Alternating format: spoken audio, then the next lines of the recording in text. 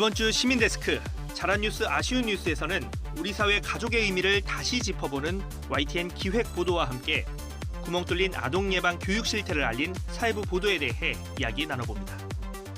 이번 주는 어떤 시청자 의견이 올라왔을까요? 시청자 브리핑 시시콜콜 위클리픽. 여러분의 물음에 YTN이 시원하게 답해드립니다. 오늘 전격 인터뷰 취재 후 시간 마스크 판매 사기 사건을 단독 보도한 안윤학 기자를 만나봅니다. 내가 본 DMB에서는 코로나19 발생 1년이 지난 지금 오늘의 뉴스 특보를 되돌아보는 2월 DMB 시청자위원회 소식 준비했습니다. 시청자 여러분 한 주 동안 안녕하셨습니까? 시민데스크 박광렬입니다. YTN 코리안이 우리나라 독립영화의 발전을 응원합니다.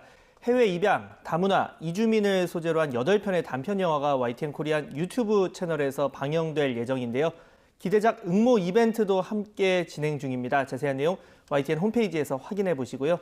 안전하게 거리도 두고 또 집에서 편하게 영화도 보고 YTN 코리안과 함께 건강한 문화생활에 동참해 보시기 바랍니다. 이번 주 시민데스크 잘한 뉴스 아쉬운 뉴스로 시작합니다.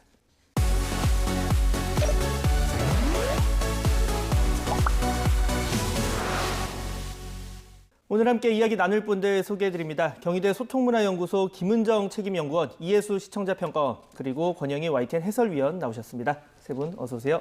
안녕하세요. 네, 오늘도 YTN 보도에 대한 세 분의 분석과 해설 들어볼 텐데요. 앞서 오프닝에서 짧게 언급했지만 이 재외동포, 입양, 다문화 가족처럼 우리 사회 가족의 형태가 다양해지고 있습니다. YTN에서도 현대사회 평범한 가족의 모습을 들여다보는 의미 있는 리포트가 방송되기도 했는데요. 이번엔 교수님께서 해당 내용 살펴주셨죠? 예, 지난 11일, 12일에 연속 보도된 리포트인데요. 결혼해야만 가족인가요? 비혼, 동거, 가족의 설, 명절, 또 결혼은 족쇄, 비혼, 비출산 택하는 청년들, 이 두 건입니다. 최근에 주변을 둘러보면 비혼, 동거 커플과 1인 가구, 공유주택이나 공유 오피스 같은 것들을 삶의 형식으로 선택한 사람들을 심심치 않게 만나볼 수가 있는데요. 그런데 그들이 그런 삶을 선택한 이유는 사실 제각각이라고 이야기를 할 수가 있겠죠. 의무와 구속이 싫어서인 경우도 있고요. 또 자신의 행복을 위해서인 경우도 있지만 경제적인 문제나 개인적인 사회적 여건들 이런 것들이 그 삶을 선택할 수밖에 없게 만드는 경우도 사실은 있을 거라는 생각이 듭니다. 반면에 우리나라의 법과 제도 같은 경우에는 결혼한 남녀를 중심으로 구축이 되어 있어서 앞서 언급했던 새로운 형태의 가족들은 법의 보호를 받지 못하고 이 사각지대에 놓이는 경우들이 굉장히 많은데요. 그런 맥락에서 사실 이 앞선 보도와 연결되는 또 한 건의 보도가 또 눈에 띄었는데요.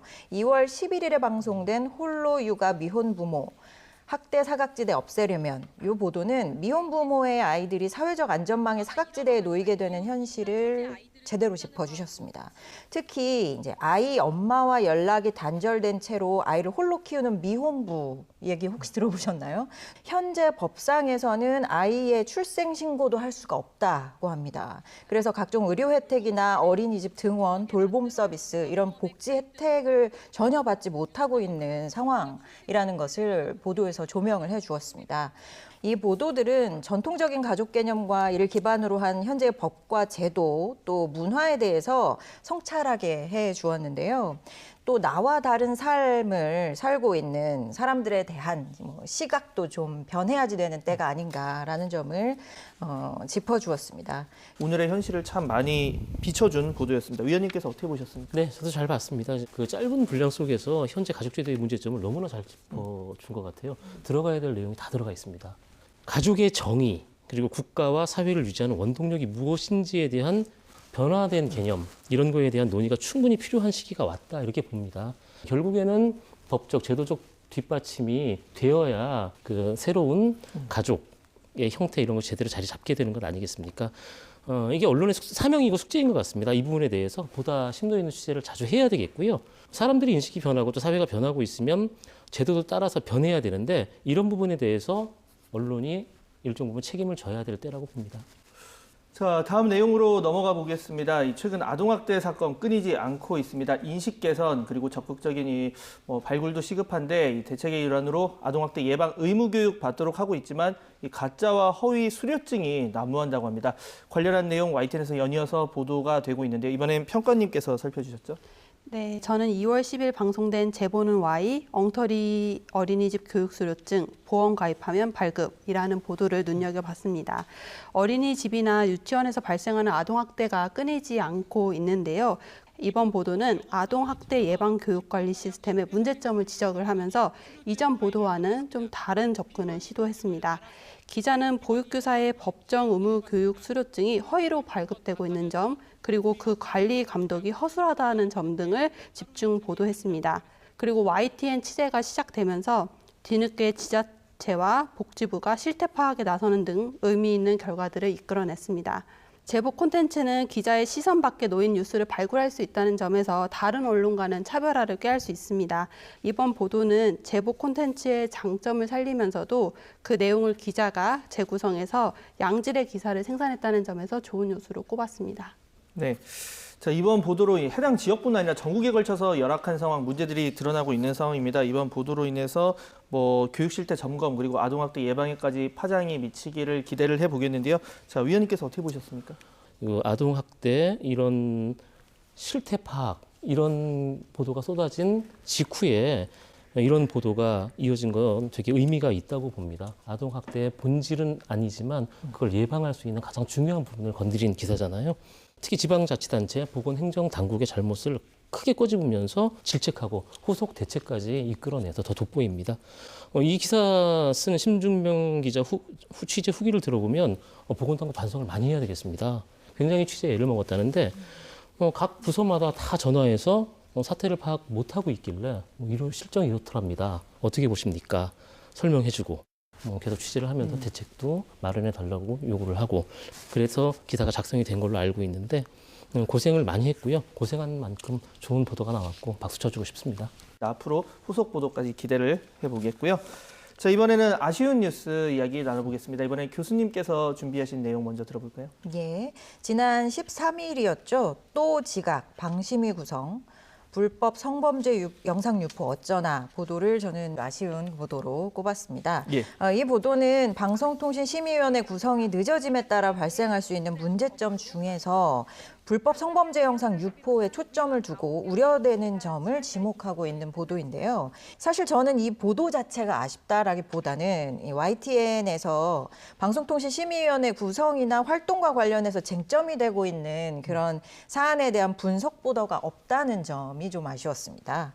그래서 리포트 제목처럼 방심위의 구성이 이번에 또 지각이라면 이번에는 방심위 구성이 왜 늦어지고 있는지 그리고 방심위를 꾸릴 때마다 반복되는 문제는 무엇인지 좀 더 나아가서 방심위 활동이나 심의와 관련해서 지적되어 온 문제나 사례들은 좀 어떤 것들이 있었는지 폭넓게 다루는 보도들이 좀 더 있었다면 얼마나 좋았을까라는 좀 생각을 해봤습니다. 사실은 심의기관에 대한 취재 보도가 어렵고 조심스러운 부분들이 분명히 있을 거라는 생각이 듭니다. 그런데 건강한 방송 문화와 또 미디어 환경 조성 차원에 있어서는 시청자들에게도 굉장히 중요한 사안이라는 생각이 들거든요. 그래서 추후에 여기 YTN에서 방심위 관련 주요 핵심 사안에 대한 분석 보도가 이어지기를 기대하겠습니다. 자, 위원님 취재가 쉽지 않았던 건지 궁금한데 어떻게 보셨습니까? 네, 방송통신심의위원회 구성이 계속 미뤄지고 있는데 그에 대한 상세한 보도가 지금까지 YTN에 없었습니다. 저도 관련 기사가 없어서 약간 아쉬웠는데 관련 분야 전문가시니까 교수님은 더 아쉬웠을 것 같고요. 그래도 염혜원 기자의 기사는 나름대로 성의가 돋보입니다. 어떤 기사를 쓸 때 그냥 단순하게 기승전결식 나열 쫙 해버리면 유인책도 없고 재미가 없거든요. 그런데 일단 방심위 구성이 늦어지고 있다는 것이 일단 기사의 주요 내용 가운데 하나로 보여지는데 그 내용을 좀 더 유려하게 풀어내기 위해서 이제 불법 성범죄 영상 유포 문제를 도입부에 물고 들어가서 이제 좀 처음에 흥미를 자아내는 그런 구성을 택한 것은 대단히 좀 애쓴 흔적이 보이는 기사 이렇게 판단하고 싶고요. 방심 구성이 자꾸 늦어지면 교수님 지적대로 여러 가지 문제가 발생할 수 있지 않겠습니까? 특히 요즘 같은 이런 방송과 통신의 시대엔 더하겠죠. 그 이유 중에 하나가 현행법에는 이제 위원장을 포함해서 9분의 위원이 계시는데 이 분들을 한 분의 임기가 만료되면 순차적으로 다른 분이 들어오고 이런 시스템이 아니라 9분을 한꺼번에 추천해가지고 통과시켜가지고 임기를 시작하도록 하는 현행법이 그렇게 돼 있기 때문에 이게 쉽지 않아 보입니다. 여야가 요즘에 아주 사소한 문제 가지고도 끊임없이 대립하는 이런 정치적인 분위기니까요. 그런 분위기 관심 있게 지켜보면서 후속 보도를 잘 이어나가도록 하겠습니다. 네. 말씀하신 것처럼 뭐 9명 한꺼번에 아니더라도 합의된 부분만 먼저 시작을 한다거나 해서 공백을 좀 최소화할 제도적 장치 마련도 필요해 보인다는 생각이 들고요. 자, 마지막으로 평가원님께서 준비하신 내용 이번에 들어보겠습니다. 마찬가지로 좀 궁금증을 유발한 좀 아쉬운 뉴스였다고요. 네, 저 역시도 좀 더 분석적인 내용이 더해졌으면 어땠을까 하는 아쉬움이 남는 보도가 있었는데요. 네. 2월 8일에 방송된 가득 쌓인 택배 상자, 대리점 측 사회적 합의 무효 보도입니다. 해당 보도는 택배 노동자와 택배사의 노사 합의가 최종 체결을 앞두고 있는 가운데 택배 대리점들이 대리점 입장을 반영하지 않은 노사 합의는 원천 무효다라고 주장을 한다는 내용이었습니다. 그동안 YTN은 택배 기사의 과로사나 열악한 업무 환경 그리고 노사 협정 과정들을 꾸준히 보도해 왔는데요. 이번 뉴스 또한 그중에 하나라고 할 수 있겠습니다. 그러나 관련 문제에 대해서 세세하게 다뤘던 지난 보도와는 달리 조금 정보가 부족하다는 느낌을 받았습니다. 우선 시청자 입장에서는 택배사와 택배 대리점의 차이점이 무엇인지 알기가 좀 어렵고요. 택배 대리점에서는 무엇을 요구하고 있는지 그 핵심 내용과 더불어서 그간 논의된 사회적 합의가 무엇이고 왜 당초에 대리점은 그 합의 과정에서 배제되었는지 등의 내용 보충이 좀 더 되었다면 좋은 뉴스가 되지 않았을까라는 생각이 듭니다. 택배 노동의 이슈가 새로운 국면을 맞이한 만큼 대리점과의 갈등과 합의 과정도 지속적으로 다루어지기를 기대하겠습니다. 네.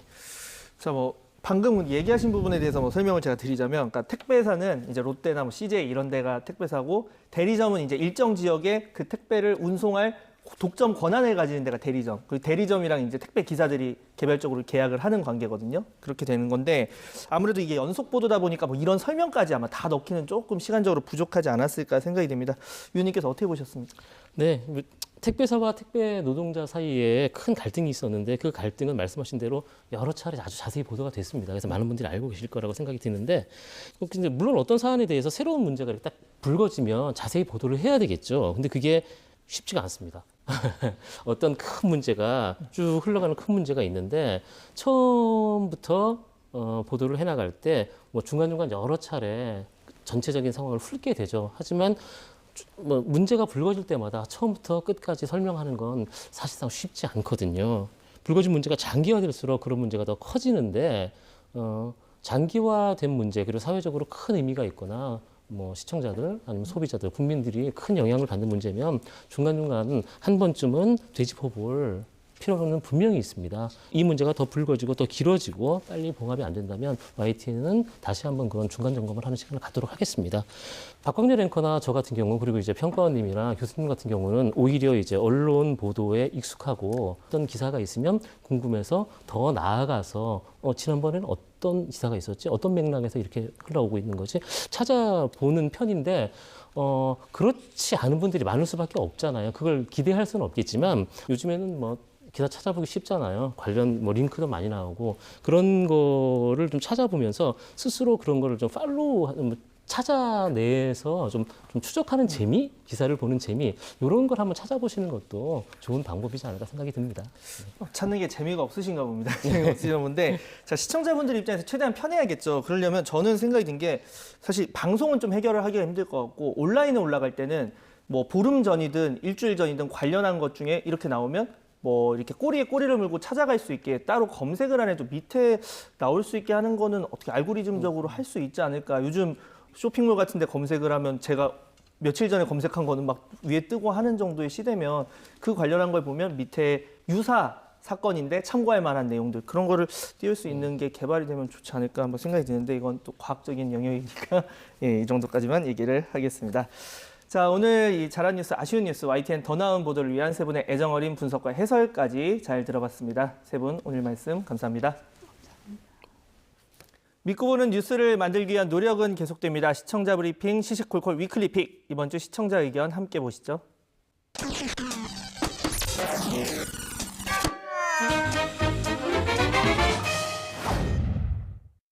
방송 그래픽은 복잡한 것을 간결하고 직관적으로 전달하는 역할을 합니다. 모니터 보고서에서 그래픽 관련 의견 보겠습니다. 내일 서울 낮 기온 3도에 머물면서 아침 기온과 차이가 없겠고요. 오늘보다는 무려 10도나 낮아서 춥겠습니다. 이후 모레부터는 다시 영하권의 추위가 찾아옵니다. 사흘 동안의 낮 기온과 아침 기온의 추세를 설명한 그래픽에 대한 의견입니다. 일반 시청자 입장에서는 읽는데 한참 걸릴 수 있었다. 아침 기온의 변화와 낮 기온의 변화 추세를 따로 보여줬다면 더 빠르게 이해할 수 있었을 것 같다는 의견입니다. 반면 동해안에는 건조특보가 내려진 가운데 바람도 강하게 불겠습니다. 불이 나면 크게 번질 가능성이 높은 만큼 불씨 관리 철저히 해주시기 바랍니다. 역시 날씨 그래픽입니다. 영동지방에 건조주의보가 내려졌다는 내용입니다. 건조주의보라는 글자가 서해안 쪽에 있는 것보다는 해당 지역 옆에 글자를 배치하는 것이 더 좋을 것 같다는 의견입니다.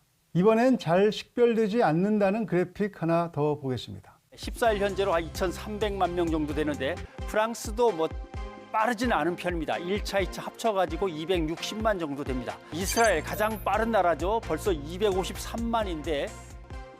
나라별 백신 접종 현황은 백신 접종 상황을 이해하는 데 도움이 컸다. 다만 해당 국가명이 바탕색과 비슷해서 식별이 어려웠던 것은 아쉬웠다고 평했습니다. 서영석 YTN 그래픽센터장은 가동력이 떨어지는 부분은 개선하겠다고 밝혔습니다. 그리고 기상특보 내용을 해당 지역 위에 표시하는 것은 화면을 더 복잡하게 만들 수 있기 때문에 새로운 그래픽 포맷을 고민해 보겠다고 밝혔습니다. YTN은 24시간 뉴스를 해야 하기에 그래픽 양도 많습니다. 그럼에도 간결하면서도 퀄리티 있게 내용을 잘 정리해서 보여준다는 모니터 평가를 받을 때가 많습니다. 품격이 다른 뉴스 채널답게 그래픽 한 장 한 장에도 더 세심하게 마음을 담겠습니다. 잊을만하면 터져나오는 것이 스포츠계 폭력 문제입니다. 프로 배구계에서 촉발된 이번 사태에 대한 시민들의 관심이 기사 댓글에 그대로 나타나고 있습니다. 학교 폭력으로 중징계를 받은 이재영, 이다영 자매가 외신에도 났다는 내용의 기사인데요. 쌍둥이 자매를 꾸짖는 내용이 대부분인 가운데 학교 폭력의 근본적인 문제를 지적하는 댓글도 적지 않습니다. 이참에 못 끊으면 또 폭력으로 또 똑같은 일 벌어진다. 진짜 부끄러운 건 외신에 보도되는 것보다 현재 2021년도까지 이 폭행이 이어지고 있다는 거다. 메달에 집착하는 우리나라 학교 운동부 제도가 문제라는 지적도 공감을 얻었습니다. 스포츠 강국 필요 없고요. 학교 폭력 없이, 걱정 없이 학교 보내는 세상이 더 중요하다. 학교 폭력에 연루된 선수는 앞으로 프로배구 선수가 될 수 없다는 기사에도 댓글이 많았는데 이번에 문제가 된 선수들은 제명을 면하게 됐다는 내용에 반발이 잇따랐습니다. 또 배구계뿐만 아니라 모든 종목으로 확산해야 한다는 제안도 이어집니다. 더불어 이번 사안을 다룬 언론의 보도 행태도 비판받았습니다. 사건의 본질이 아닌 SNS가 문제라는 식으로 쓰고 가해자의 꿈도 산산조각이 났다는 내용으로 승리지상주의에서 벗어나지 못했다는 겁니다. YTN 기사 역시 자유롭지 않습니다. YTN 모니터단은 학교 폭력 문제가 쟁점인 이번 사안을 올림픽 성과로 연결한 시각은 다소 아쉬웠다고 평했습니다. 심석희 선수, 고 최숙현 선수 사건 이후에도 이를 보도하는 언론의 관행은 크게 나아지지 않았다는 지적, 유념하겠습니다. 지금까지 시청자 브리핑 시시콜콜입니다. 얼마 전 불법을 견제하고 감시해야 할 현직 경찰관과 법원 공무원의 사기 의혹을 YTN이 연이어 보도했는데요. 오늘 전격 인터뷰 취재 후 시간 불법 마스크 판매 사기 사건을 취재한 안윤학 기자를 만나봅니다.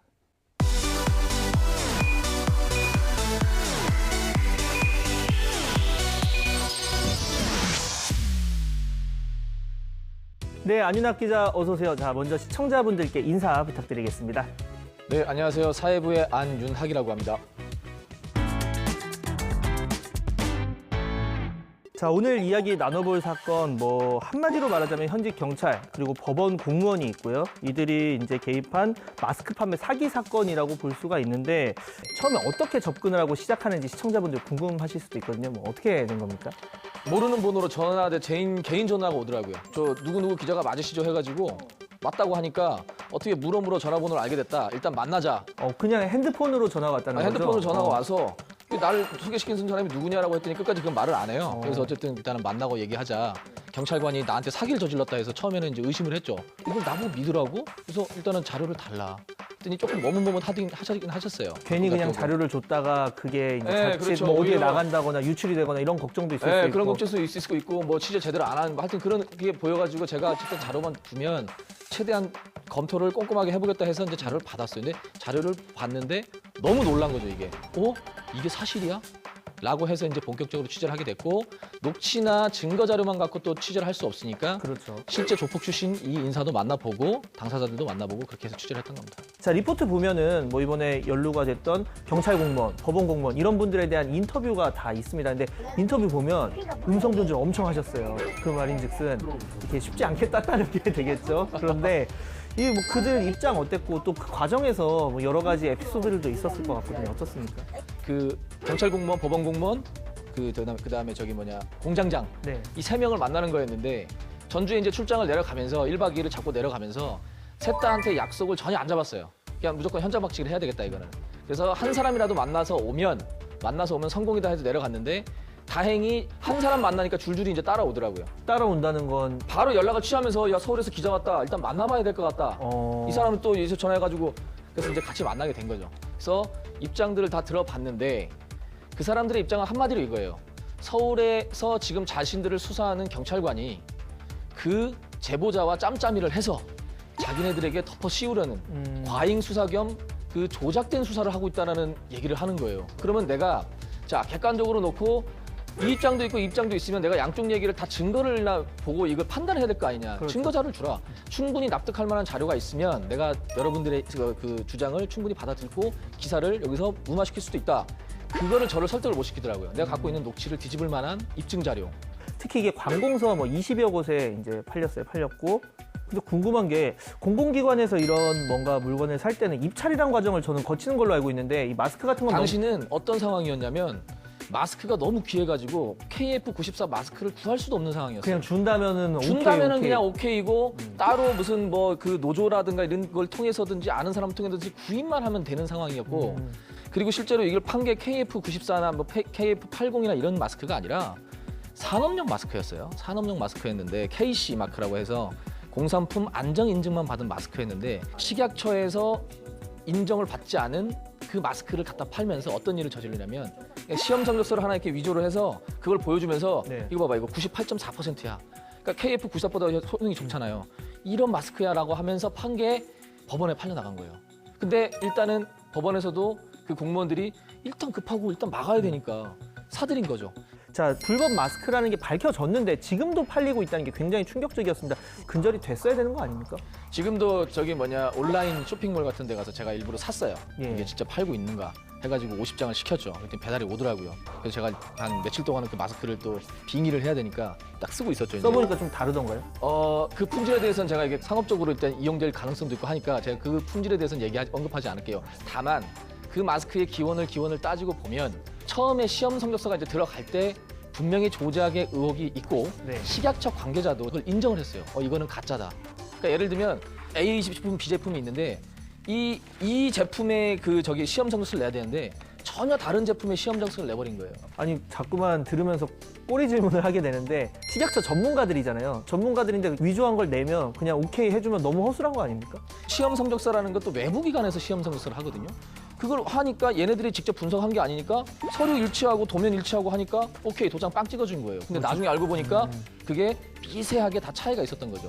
제가 뭐 식약처 직원일 때도 구분하기는 쉽지 않았던 것 같은데 작심하고 속이면 속이는 거죠. 근데 그 과정이 조금 납득은 안 가죠. 자, 뭐 시청자분들 모를 수도 있겠지만 작년에 이 안윤학 기자가 자랑스러운 YTN인 대상을 예. 받으셨죠. 예, 대상을 받으셨는데 그만큼 이제 취재를 아주 똑부러지게 잘한다는 의미일 텐데 그러면 이렇게 좀 협조가 되지 않는 취재 이런 거 할 때 어떤 나만의 이거는 아주 장기다. 나만의 기술이다. 뭐 이런 게 있을까요? 노하우? 아니면 장기라고 하니까 되게 부끄럽고 좀 이게 오글거리기도 하는데 항상 제가 이제 준비하는 과정은 이랬어요. 그러니까 이게 자랑은 아니지만 확실히 이게 우리가 뭔가 가지고 있어야 돼요. 그러니까 녹취록을 갖고 있든 뭘 하든 확실하게 취재를 하고 자료 분석을 하고 제보자 얘기를 잘 듣고 해서 스토리를 쫙 짠 다음에 갖고 이제 당사자들을 만나는 거예요. 패를 100%는 다 안 까는 거죠. 70 정도만 까줘요. 70 정도만 까면 상대가 얘기를 하면서 실수가 나오는 거예요.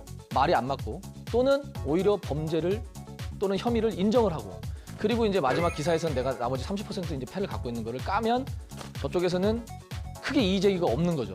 모든 취재를 할 땐 제가 볼 때는 하여간 내가 확실히 내 머릿속에 그 머릿속에 입력이 돼 있지 않는 이상 섣불리 들어갔다가는 저쪽에 설득당하거나 기사가 또 튀거나 뭐 이런 게 있는 것 같아요. 그래서 그거는 제가 사전 취재할 때 항상 유념해야 되는 부분이라고 할 수 있습니다. 사실 뭐 지금 얘기하신 게 이제 취재뿐 아니라 일상생활에서도 많이 적용되는 뭐 우리가 부부싸움을 할 때도 그렇죠. 한 확실하게 번에 뭐 그렇죠. 확신이 많이 하시는 것 같은데 그러면. 네, 이것도 또 저의 안전을 위해서 노코멘트 하겠는데 예, 뭐 그렇죠. 이제 가진 패를 다 보여주지 말고 70%로 나머지 30%를 한번 꼬셔봐라 뭐 이런 그렇죠, 여러 그렇죠. 가지 이제 생활의 팁을 얘기를 해주셨는데 굉장히 오랜 시간이 걸렸고 오랜 공을 들인 이제 취재였습니다. 그래서 그 결과물이 나온 상황인데 이번 취재하시면서 좀 느낀 점이 있다면 어떤 부분일까요? 자, 우리가 이제 수사권 종교를 갖게 됐잖아요, 경찰이. 그리고 그다음에 지역 경찰도 이제 생기게 됐고, 그다음에 이제 국가수사본부도 생기게 됐고, 이제 막 여러 가지 과정이 있는데 상당 부분의 이제 공무원들, 경찰들은 되게 고생을 많이 해요. 아시다시피 이제 우리도 박강기 기자도 경찰 기자 해봤잖아요. 정의를 구현을 위해서 노력하고 진짜 가족들 다 포기하고 범인 쫓아다니고 이런 분들 너무 많은데 다만 저는 이 기사를 쓰면서 지역 경찰들 중에 우리가 지방으로 내려갈수록 지역 경찰들 중에 이렇게 토착 세력, 비리 세력과 손 잡고 결탁하거나 해서 얼마나 비리가 사소한 비리가 많을까? 그 과정에서 피해 보는 사람들이 얼마나 많을까? 말은 못 하고 왜 경찰이니까. 다만 이 기사를 보고 저는 생각을 하는 게 이제 좀 끊어라. 경찰이 어쨌든 위상이 높아졌고 수사 종결등도 가지게 됐고 국가수사본부도 생겼으면 자제를 하고 자정작용을 해야지. 이거보다 더 큰 사건이 나중에 발생해가지고 뒷감당 못하면 어떻게 되겠냐. 그래서 어떻게 보면 그런 경찰의 자정작용을 위해서 저는 기사를 쓰고 싶었고 그런 의도라고 보시면 되겠습니다. 네, 어떤 보도든 이 사회를 더 아무래도 좋게 만들고자 하는 이제 노력의 일환으로 이제 진행이 되니까 이번 취재 정말 어렵게 하셨는데 앞으로도 좀만 더 노력을 해주셔가지고 이런 일 바로잡아지게 더 노력을 해주셨으면 좋겠습니다. 돋보이는 취재 앞으로도 기대할게요. 지금까지 안윤학 기자였습니다. 감사합니다. 감사합니다.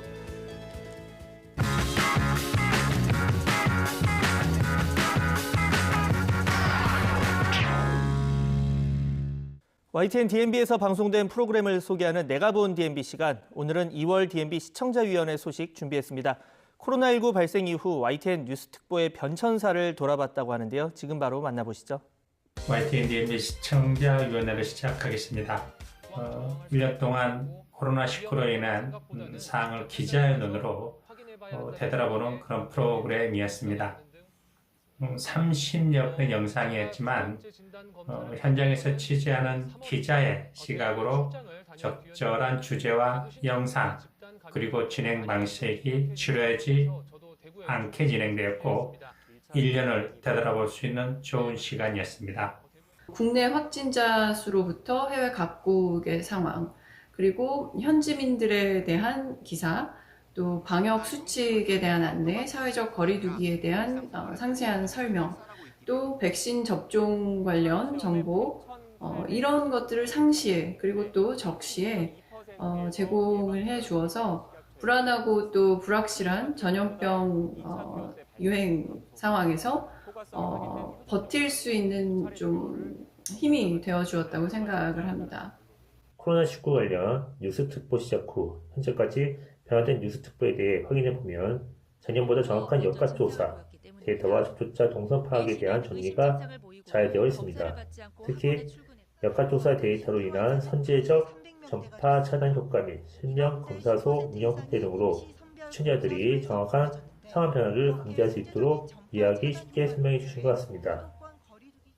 YTN은 코로나19 확진자 소식이나 정부나 각 지자체의 브리핑 내용을 잘 정리해서 보도하고 있습니다. 작년에 팬데믹 상황에서 자극적인 공포를 조장하는 보도가 넘쳐났을 때에도 YTN은 정돈된 분위기로 차분하게 코로나19 뉴스 특보를 전달했고 현재도 정돈된 분위기의 뉴스 특보는 계속되고 있습니다. YTN 뉴스 특보의 경우 전문가 인터뷰, 그래프, 그림, 통계 자료 등을 활용해서 정보를 알기 쉽게 전달하는 것이 큰 장점이라고 할 수 있습니다. 다만 여전히 기억 T세포, 콜드체인 등과 같은 전문 용어들이 충분한 설명 없이 사용되는 것은 아쉽습니다.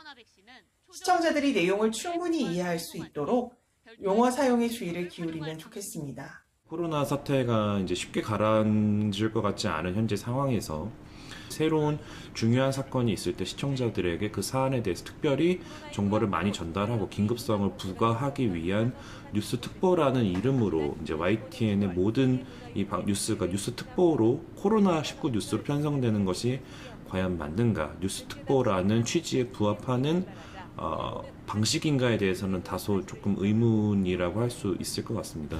이상으로 YTN DMB 시청자위원회를 마치겠습니다. 시민데스크는 시청자와 함께 만들어갑니다. 보도와 프로그램에 관한 여러 가지 의견들 시청자센터 홈페이지 게시판에 남겨주시고요. 저는 다음 주 더 알찬 소식으로 찾아뵙겠습니다. 함께해 주신 여러분 감사합니다.